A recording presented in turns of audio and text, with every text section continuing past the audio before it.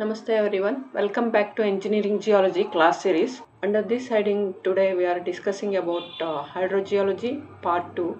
In this part 2 session, we are discussing aquifer and its properties.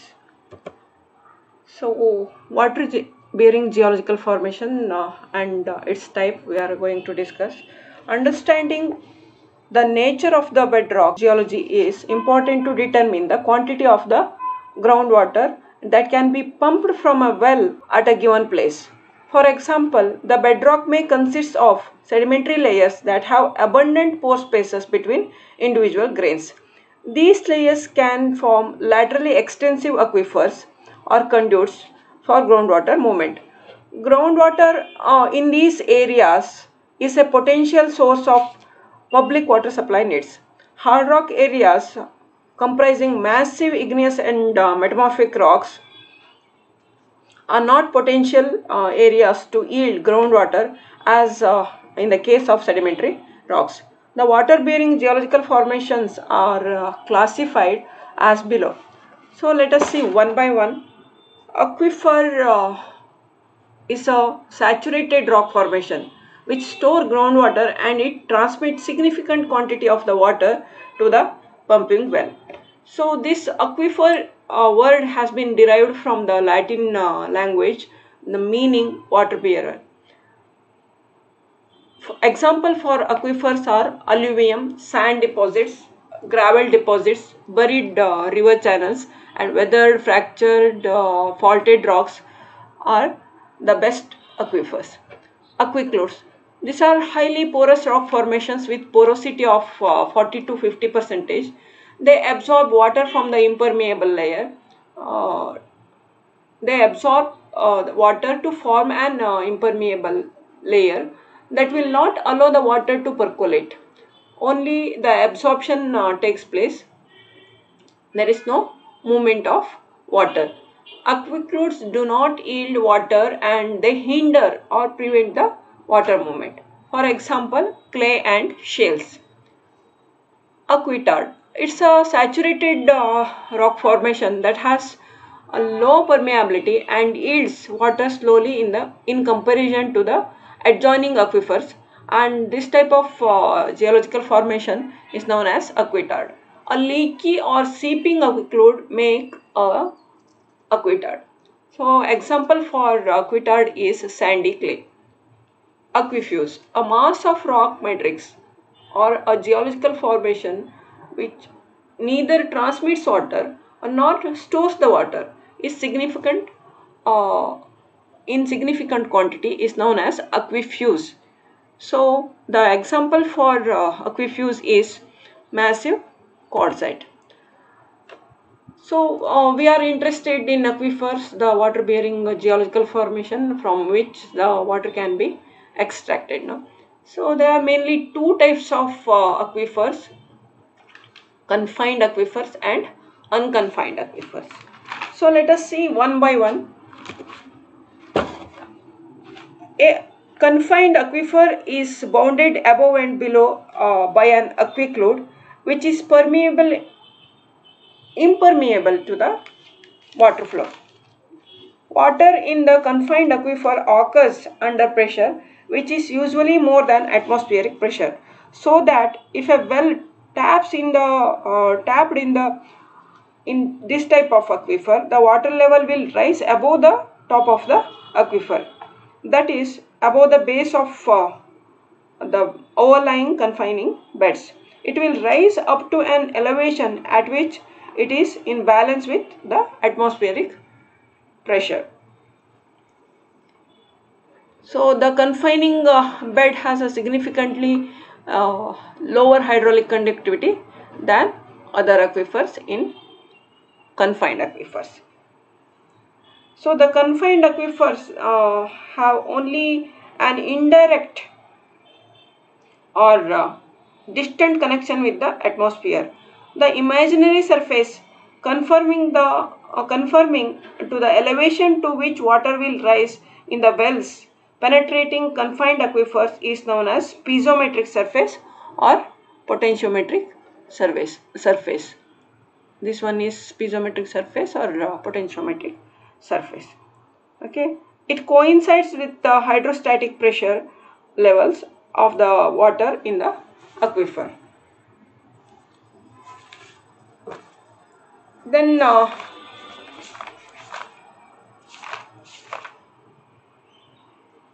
let us see the artesian aquifer. What we mean by artesian aquifer. So in unconfined aquifers, because groundwater exists under pressure, the pressure surface is found in the place of the water table. The pressure surface is an imaginary surface that coincides with hydrostatic pressure level of the groundwater in the aquifer. If the pressure surface lies above the ground surface, the wells will be flowing or artesian wells. And if the pressure surface is below the ground level, the wells will be artesian but non-flowing. That is, the water will rise above the level where it is initially encountered, but it will not rise up to the ground surface. This is a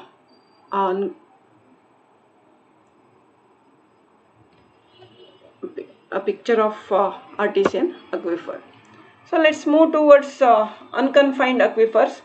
These are the aquifer. If an aquifer is exposed to the atmosphere or possesses a free surface open to the atmosphere, it is termed as unconfined aquifer.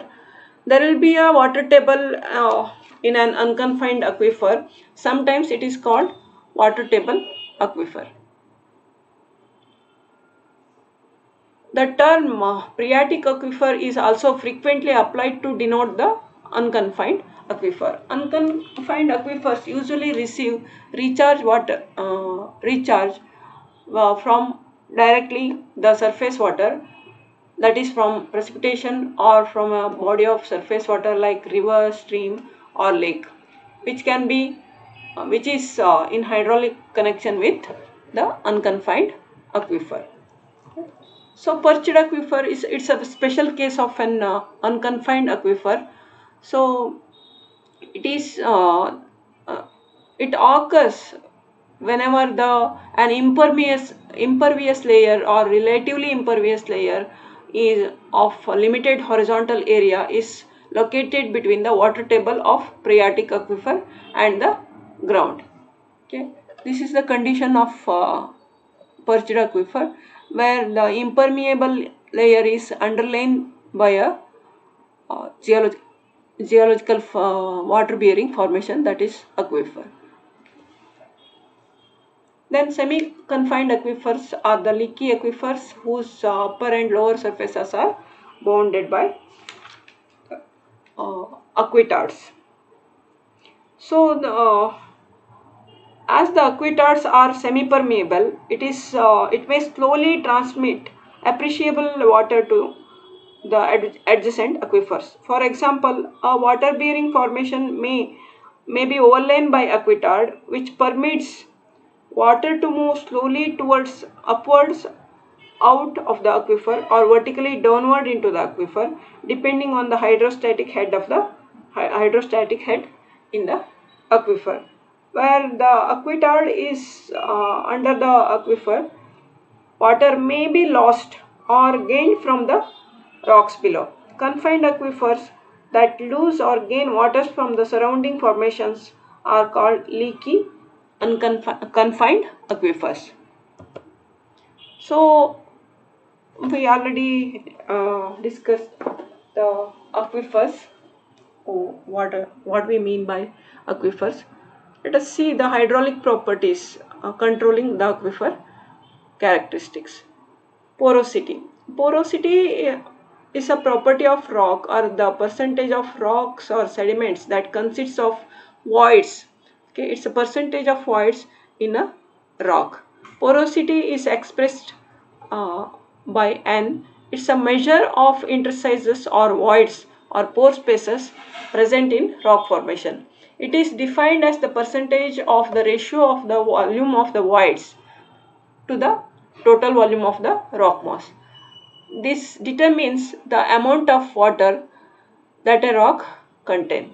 So, porosity of a rock can be determined by this formula. So, N equal to VV, that is volume of the voids in unit volume of earth material, divided by total volume of the rock into 100.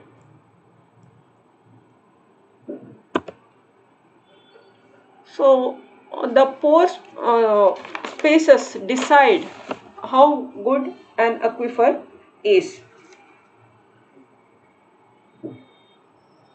Rocks vary widely in porosity. The loose sand and gravel may have porosity up to 50%, and sandstones may have the porosity up to 15%, while the porosity of igneous rocks are in the order of 2 to 3% if they are not highly fractured and weathered.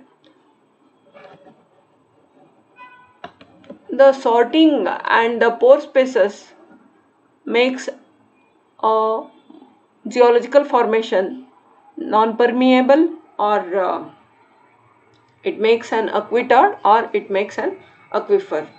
Highly connected rock pore spaces make a good aquifer, whereas the unconnected pore spaces makes rock non-permeable, but it is porous. But where there is no pore spaces, the rock will be non-porous and non-permeable. So porosity is given as a percentage or decimal fraction. Porosity may be primary or secondary. So what is this primary porosity? Primary porosity is the inherent character of the rock it is the porosity which has been developed during its formation. Whereas secondary porosity is developed subsequently due to various geological actions like fracturing, uplifting, weathering and solution activities. Porosity is connected by shape and arrangement of constituent grains and degree of sorting and compaction and cementation, then fracturing and solution action also. So effective porosity, it is the portion of the total void space of porous material that is capable of transmitting a fluid. In general, porosity is greater than 20% is considered to be large, and below 5% as very less porosity. So in between 5 to 20 is medium. Generally, granites, quartzites, slates and shale have very less porosity. Limestones, sandstones have very medium porosity, and sand, gravel, clay, river buried channels have very good porosity. Individual pores in the fine-grained material like clay are extremely small, but the total pore spaces is usually large. While the clay formation has a large water holding capacity, but water cannot readily move through the tiny pores, and hence it's not a good aquifer, even though it may have very good quantity of water. It is highly, or highly saturated with water. So this table gives different types of materials, sedimentary materials and igneous and metamorphic rocks, and the percentage of porosity. See, though they are massive, the fractured and highly weathered granite is having very good quantity of porosity or percentage of porosity. The weathered gabbroids are in original it's a highly massive non-porous rock, but under weathered condition gabbro gives more than gabbro is having porosity more than 40 to 45% and yields a very good quantity of water. So permeability. Permeability is a measure of degree to which the pore spaces are interconnected and the size of the interconnection. It is permeability is the capacity to transmit water under differential pressure and is measured by the rate at which it will transmit water through a unit cross-section area under unit pressure differential per unit distance. So low porosity usually results in low permeability, whereas high porosity gives or necessarily imply very high permeability.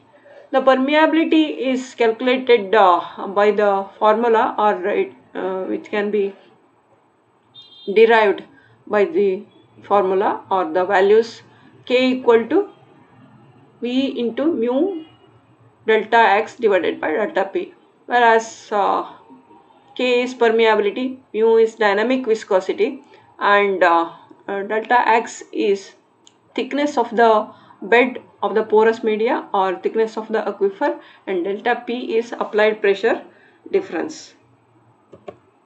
Transmissivity, it's the rate of flow under a unit hydraulic gradient through a unit width of aquifer of given saturated thickness.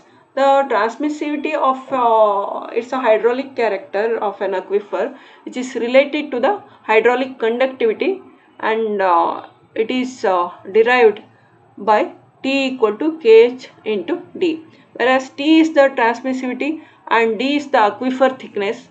Kh is the average horizontal conductivity. Specific yield. Specific yield is defined as the ratio expressed as the percentage of the volume of the water which after being saturated can be drained by gravity to the total volume of the fully saturated aquifer material.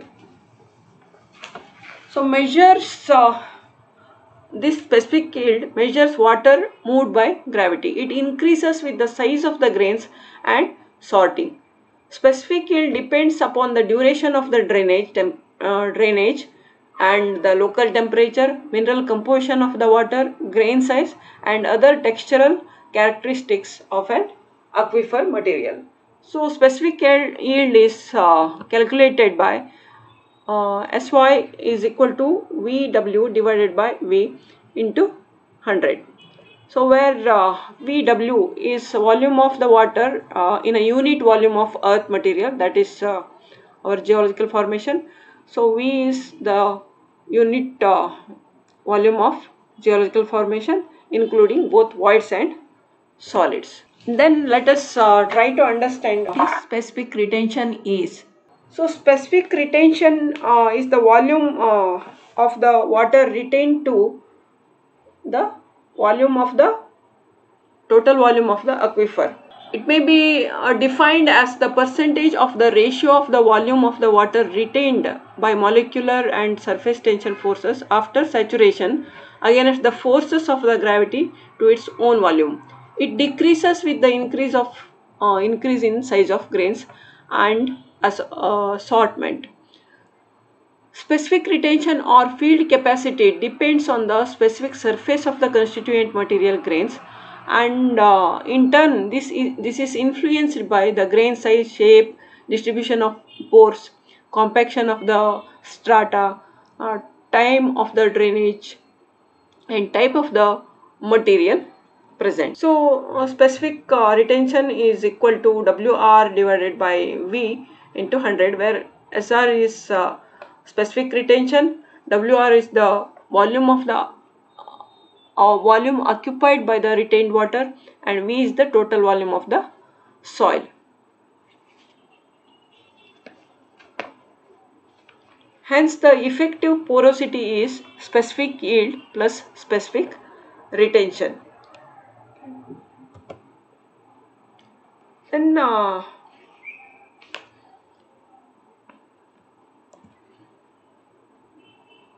the rocks like limestone are having specific yield 0.5 to 5%, shale 0.5 to 5%, sandstone have very high specific yield 5 to 15%, sandstone and gravels have 15 to 25% of specific yield, sands 10 to 30%, clay is having very less specific yield, that is 1 to 10%.